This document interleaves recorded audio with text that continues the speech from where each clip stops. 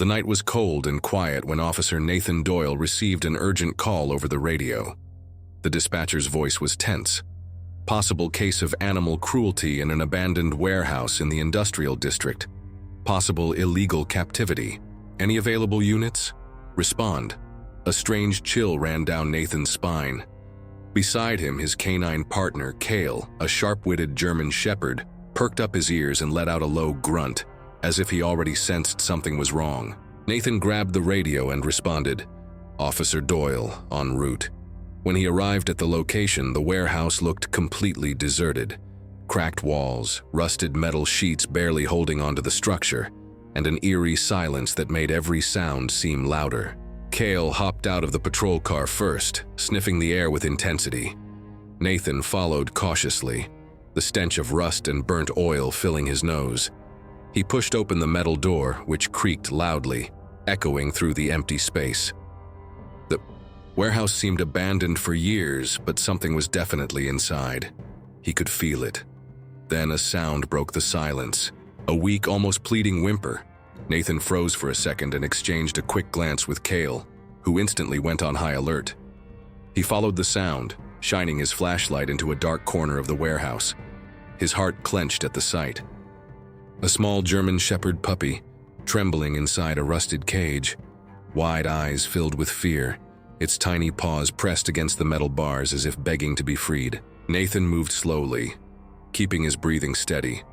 The cage's lock was rusted shut, wrapped in thick chains, a clear sign that the poor pup had been trapped there for a long time. He crouched down and reached out a hand, speaking in a calm, low voice. "Hey there, buddy, it's okay now. I'm getting you out of here." But just as he reached for the chains, Kale let out a deep, warning growl, his entire body tensed. Nathan's instincts kicked in immediately. He scanned the warehouse, his hand moving toward his gun. He knew this behavior from Kale all too well. They weren't alone. Nathan's pulse quickened. He knew Kale never reacted like that without reason. Keeping his hand near his holster, he slowly turned his head, scanning the darkness of the warehouse. The flashlight beam flickered across broken crates and rusted machinery, but nothing seemed out of place. And yet, the heavy silence felt suffocating, charged with an unseen presence. Kale's growl deepened, his posture rigid, ready to strike. That's when Nathan heard it, a soft scrape against the concrete floor coming from the far end of the warehouse. Someone was there. With a slow and steady movement, Nathan positioned himself in front of the puppy's cage, shielding it as his instincts took over. "Police!" he called out, his voice firm.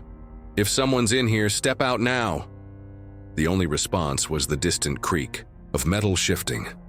Nathan's fingers wrapped around his gun, but he didn't draw it. Not yet. He had been in enough tense situations to know that sometimes patience was the key. But Kale wasn't waiting. The dog barked sharply, pulling against his stance, his nose flaring as he caught a scent. Then, out of the shadows, something moved.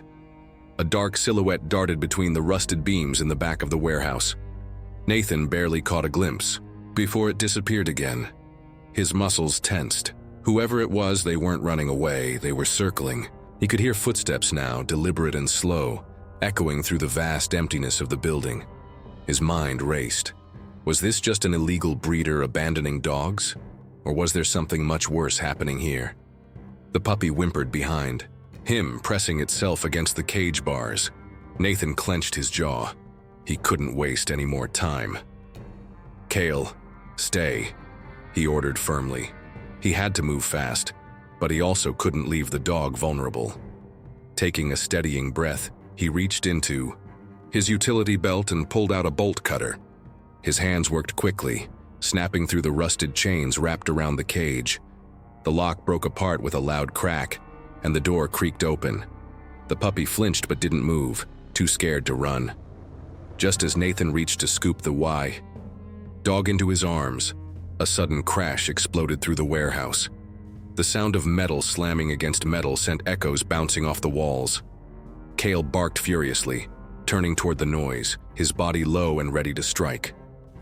Nathan spun around. Gun drawn this time, his heartbeat hammering in his ears.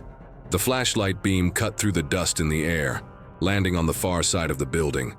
just in time to see a second pair of glowing eyes staring back at him from the darkness.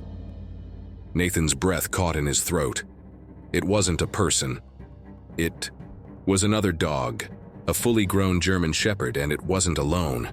Nathan's grip tightened on his gun as his flashlight illuminated the pair of glowing eyes staring back at him.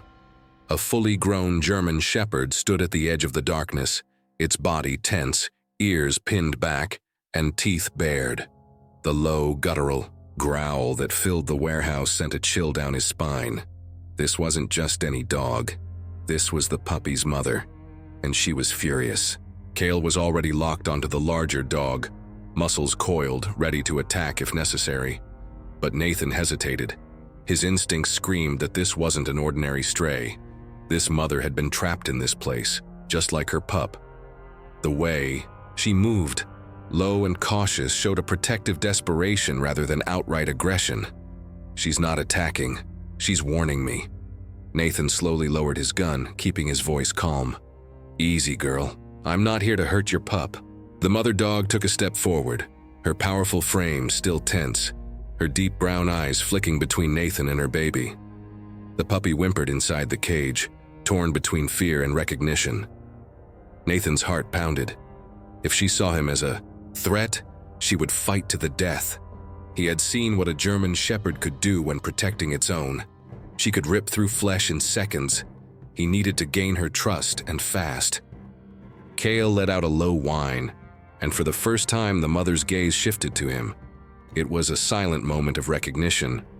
Two of the same breed, two protectors facing each other. Nathan saw the hesitation in her stance, the way her tail flicked. Slightly. She was wary, but she hadn't lunged. It was a chance. Slowly, Nathan knelt beside the cage, careful not to make any sudden movements. He reached inside, lifting the trembling puppy into his arms. The mother let out a sharp bark, stepping forward. Nathan's pulse spiked, but he held his ground. "I'm getting him out," he said softly. The pup clung to his uniform, its tiny body shaking. He turned slightly, letting the mother see that he meant no harm. Her ears flicked forward, and for a long, tense moment, she didn't move. Then, as if making a decision, she took another cautious step, this time toward him. Before Nathan could react, a loud metallic clang shattered the moment. The mother dog whipped her head around, ears perked. Footsteps, fast, heavy footsteps. Someone else was inside the warehouse, and whoever it was, they weren't alone. Nathan's body went rigid as the sound of hurried footsteps echoed through the warehouse. Whoever was out there wasn't trying to be quiet anymore. They were coming straight for him. The mother dog let out a sharp, warning bark, stepping protectively in front of Nathan and her pup. Cale's stance shifted, his body low, a deep growl vibrating through his chest. Nathan tightened his hold on the puppy and instinctively reached for his radio. But before he could call for backup, a shadow moved between the rusted beams. "Put the damn dog down," a rough voice growled from the darkness. Nathan swung his flashlight toward the voice, revealing a man stepping out from behind a stack of wooden crates. He was tall, broad-shouldered, wearing a dirty jacket and boots covered in mud. His face was partially obscured by a cap, but his posture screamed aggression. Behind him, another figure lurked, barely visible in the dim light. There was more than... Nathan's gut twisted. This wasn't just some abandoned warehouse. These men weren't squatters or random trespassers. They were here for the dogs. "You've got about 3 seconds to back off," Nathan said firmly, shifting his stance. Cale let out a warning bark, and the mother dog growled beside him, her muscles taut like a spring ready to snap. The man sneered, taking another step closer. He wasn't afraid, and that told Nathan one thing. This guy had done this before.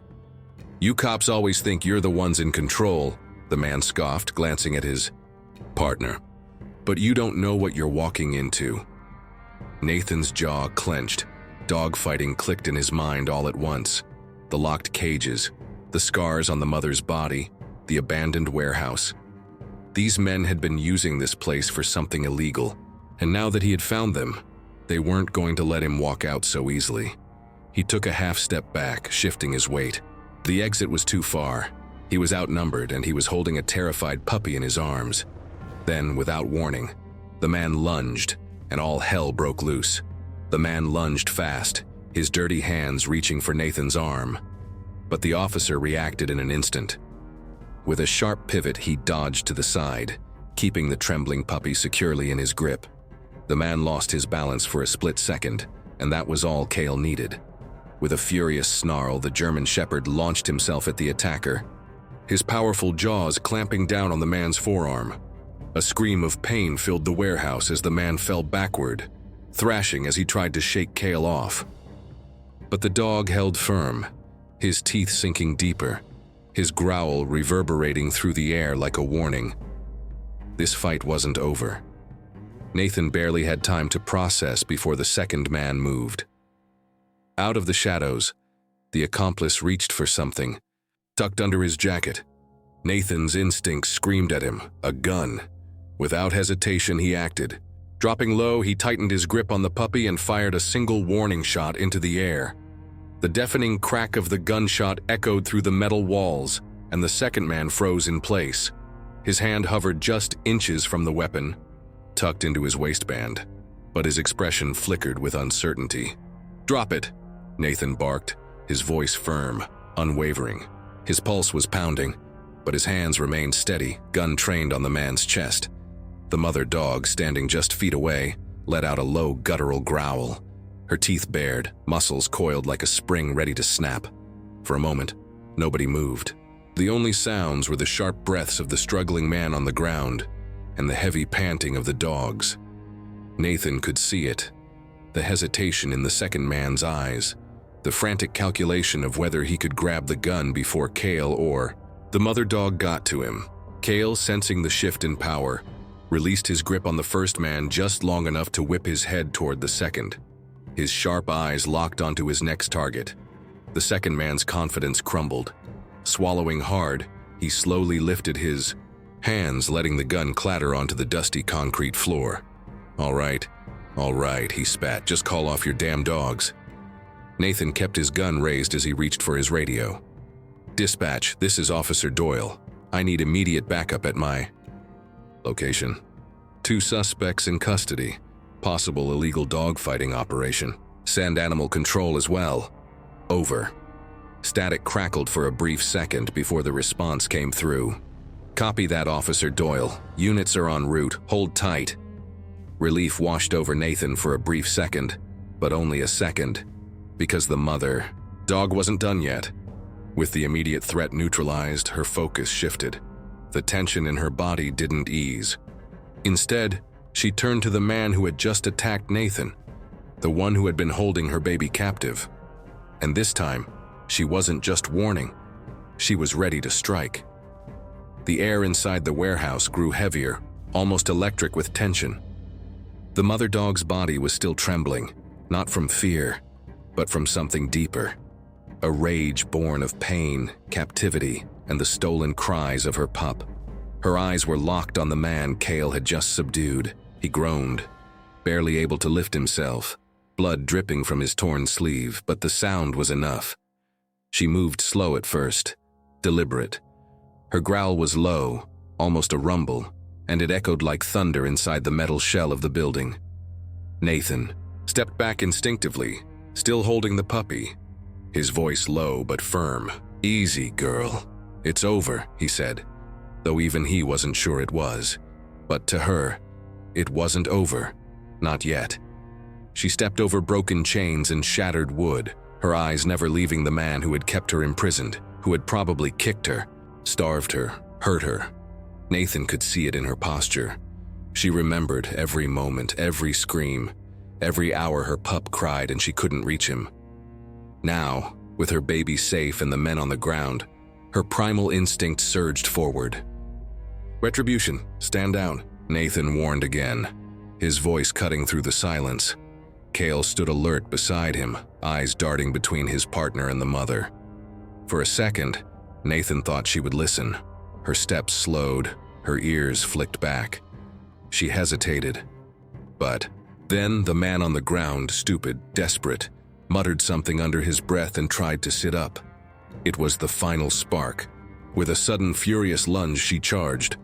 Her powerful body collided with the man's chest, sending him crashing backward with a guttural scream. Teeth bared, she snapped not to kill, but to punish. She didn't go for his throat. She went for the hand he raised against her. Nathan ran forward, yelling, "Off, off!" But the dog didn't budge. Her rage had taken control. It wasn't just about this moment. It was everything he'd done, everything he'd taken from her. Nathan had a decision to make, and just seconds to make it. Let her continue or stop her. Either way, something would change. Nathan's heart pounded against his ribs as he watched the mother dog unleash a fury that had been building for who knows how long. The man beneath her screamed, struggling, but not even Cale moved to stop her. It was as if the entire warehouse had frozen in a single raw moment of truth. Pain answering pain. Her jaws didn't go for vital organs. She didn't aim to kill. She went for the limbs, the hands, the symbols of power that had once controlled her. Nathan took a single step forward, cradling the puppy tightly against his chest. He knew this couldn't go on much longer. Backup was on the way, and the last thing he needed was for this scene to end with a bullet, especially not one meant for her. But part of him understood. Maybe too much. He'd seen what cruelty could do to people. But when it was done to an animal, a creature that couldn't speak, couldn't fight back in human terms, it twisted something inside them. This wasn't revenge. This was instinct wrapped in trauma. "Cale, heal," he said softly. The command wasn't meant for Cale. It was a signal. A cue. Cale moved slowly, circling around the mother dog's flank. His ears lowered, his tail low and calm. He wasn't a threat. He was communicating in a language only they understood, canine to canine. Nathan crouched slightly, his voice steady but filled with emotion. "That's enough, girl. He's not hurting anyone anymore. You've already won." For a tense, aching moment, she didn't respond. Her jaws stayed clamped around the man's forearm, though not as tightly. Blood trickled down his arm. His cries had faded into pitiful whimpers. Then she blinked. Slowly, her muscles loosened, her breathing changed, and just like that, she released him. She stepped back, her body still trembling, her eyes wary. Nathan didn't make any sudden moves. Cale stood beside her now, calmly, like a soldier guarding a comrade.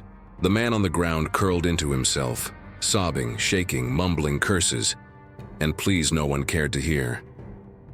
Nathan rose to his feet, clutching the pup closer, and reached for his radio again. "Dispatch situation contained. Suspects detained. No shots fired. We need animal control and a medic. Officer is safe. Dogs are safe," he said, exhaling for the first time in what felt like forever. As he spoke, the mother dog turned to him, her eyes softer now. Tired, broken, but grateful. And in that look he saw everything. What she had endured, what she had protected, and what it had cost her. Outside, sirens began to wail in the distance, growing louder. But inside that warehouse, in that moment, the real rescue had already happened. The flashing lights of patrol. Cars bathed the warehouse walls in red and blue as the cavalry finally arrived. Officers poured in, weapons drawn, eyes scanning every corner. Paramedics rushed to the injured suspect, who now lay curled in a pathetic heap, his arm a bloodied mess of torn flesh and shattered pride. But Nathan didn't look at him. He was focused on the two dogs in front of him, the silent survivors of something darker than anyone outside those walls would understand. Animal control entered cautiously, leading with poles and leashes, but Nathan raised a hand. "No," he said firmly. "She's not a threat. Neither of them are." His voice carried the kind of weight that didn't invite argument. Cale stood protectively, between the mother and the strangers, while the pup, still cradled in Nathan's arms, had stopped shaking. There was something about his breathing now, slower, calmer, like he knew he was finally safe. One of the officers approached Nathan quietly. "You good?" he asked, his tone more concerned than casual. Nathan nodded, but something in his eyes said otherwise. He looked back at the mother dog, now lying on the cold concrete beside Cale. Her body was exhausted, barely holding itself upright, but her eyes, still alert, still watching her pup, hadn't dulled. Not yet. That's when the vet technician from Animal Control, a young woman named Eliza, knelt beside her. She didn't speak. She didn't try to touch her. She just placed a blanket nearby and waited. Nathan lowered himself as well. "What's her name?" he asked quietly. Eliza looked up. No collar, no chip, no records. If I had to guess, no one ever gave her one. Those words hit harder than expected. No name, no identity. Just a body to be used, bred, caged, and forgotten. Nathan felt something crack inside his chest. A part of himself he'd spent years burying under the badge, under the uniform, under the calluses of a life in service. He glanced down at the puppy in his arms, and then back at the mother. She had done everything she could with nothing. No help, no shelter, no one on her side. And somehow, against all odds, she'd kept him alive. "You have one now," Nathan whispered almost to himself. "Her name is..." He stopped, the word forming slowly in his mind, as if pulled from a place buried deep. He looked into her eyes again, and for the first time, she blinked without fear. "Call her Rhea," he said, barely above a breath. "She deserves a name that means strength." Eliza nodded, and just like that, she was no longer a number in a file or a cage without a name. She was Rhea, a mother, a fighter, a survivor. Outside, the sun was beginning to rise. Faint orange light seeped in through the cracks of the broken warehouse, casting a soft glow over the scene. But inside, something deeper was happening, something neither police reports nor news stories would capture. This was more than a rescue. It was a reckoning, turning point, for Rhea, for her pup, and for Nathan. 3 days had passed since the raid on the warehouse, but for Nathan, it felt like a lifetime. He hadn't returned to regular duty. Not yet. The chief had insisted he take a few days to rest, to decompress. But Nathan wasn't sure what rest meant anymore. His sleep came in broken fragments, filled with images of cages, cries, and the look in Rhea's eyes when she lunged. Not from malice, but from something deeper, something primal, protective, unyielding. The city moved on like it always did. Headlines came and went, the suspects were processed and charged, and animal rights groups celebrated the dismantling of what turned out to be a regional dogfighting ring. There were talks of policy changes, crackdowns, reforms. But Nathan couldn't bring himself to care about the politics. All he could think about was that moment, the one where Rhea had chosen to stop. Not because she was forced, but because she understood, because she trusted him. Now he stood just outside the local shelter, but not the public one. This was a private rescue facility run by volunteers and funded by donations. The place was quiet, peaceful, surrounded by open fields and clean, warm spaces for recovery. Inside, Cale waited in the patrol SUV. He'd sensed the tension in Nathan all morning. Dogs always knew. They didn't need words, just energy. And Nathan's was heavy. He stepped through the door and the familiar scent of antiseptic and dry kibble met him. A receptionist greeted him quietly, already recognizing his face. "They're in the back," she said with a smile. "She's been calmer since yesterday." Nathan nodded and made his way down the hall, passing kennels with names taped to the glass. Dogs in various stages of recovery, some wagging tails, others still too wounded to trust. When he reached the final room, he paused. Through the glass window he saw her, Rhea, lying on a soft blanket, her body curled protectively around her pup, who now had a name of his own, Finn. The staff had been calling him that, and Nathan hadn't had the heart to change it. He liked how it sounded, short, hopeful, like a second chance. Finn was bigger already, eating well, eyes brighter. But Rhea, her eyes still held that weight, that quiet sadness, the look of someone who had never had the choice to rest. Nathan opened the door slowly. She lifted her head but didn't rise. Her ears tilted back, not in fear, in recognition. He knelt down beside her, resting his hand gently near her paw. She didn't flinch. Finn looked up from her side, his tiny tail wagging once. It was the first time Nathan saw something close to peace in that room. "I've been thinking," he said softly, voice cracking under the emotion he couldn't quite suppress. "You don't belong here. Not in a cage. Not anymore. You did. Your job. You protected him. You survived everything they threw at you." He looked into her eyes, the same eyes that had once pierced through darkness and violence. "Now it's time someone fights for you." His voice barely a whisper. He said the words out loud for the first time, as if testing how they sounded in the world. "I want to adopt you, both of you, if you'll let me." She didn't move for several long seconds, but then she did. A slow inch forward, a soft whine, and finally, the weight in her chest seemed to fall away. She rested her head gently against his hand. And Nathan, the cop who had seen too much and felt too little for too long, felt something break open inside of him.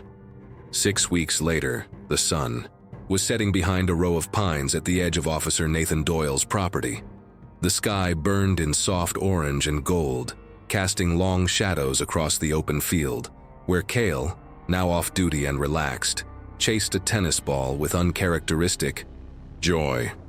A few feet away, thin, all legs and floppy ears tumbled through the grass, clumsy and free. But Nathan's eyes were on her, Rhea.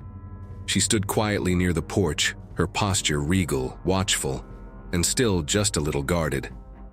But she wasn't the same dog Nathan had met in that warehouse. The haunted look in her eyes had softened, day by day, replaced by something far more powerful. Trust, not given easily, but earned through patience, consistency, and love she had never known before. Nathan sat on the steps, sipping coffee, his uniform now traded for an old hoodie and jeans. He watched the sunset, the dogs, the life that, only weeks ago, he never could have imagined himself part of. He had spent years running toward danger, always on the front lines, always ready to protect others. But what he never realized was that part of him had been longing to be saved too.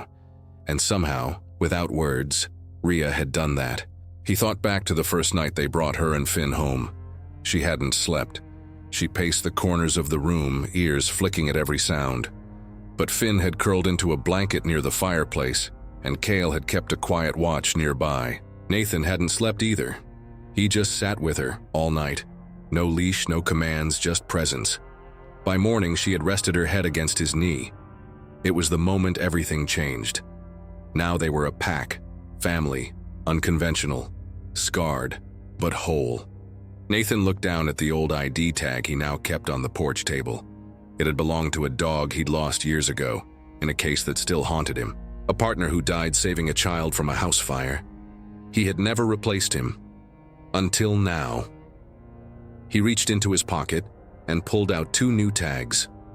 One read Rhea Doyle, the other, Finn Doyle. He stood up and called softly, "Come here, girl." Rhea trotted over, slow but steady, her tail giving the gentlest wag. Nathan knelt down and clipped the tag onto her collar.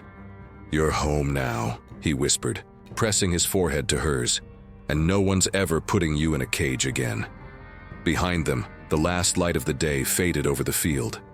And for the first time in a long time, there was peace. Not the kind written in reports or filed in evidence boxes, the kind you feel in your bones. The kind that says you're safe, you're loved, you're home.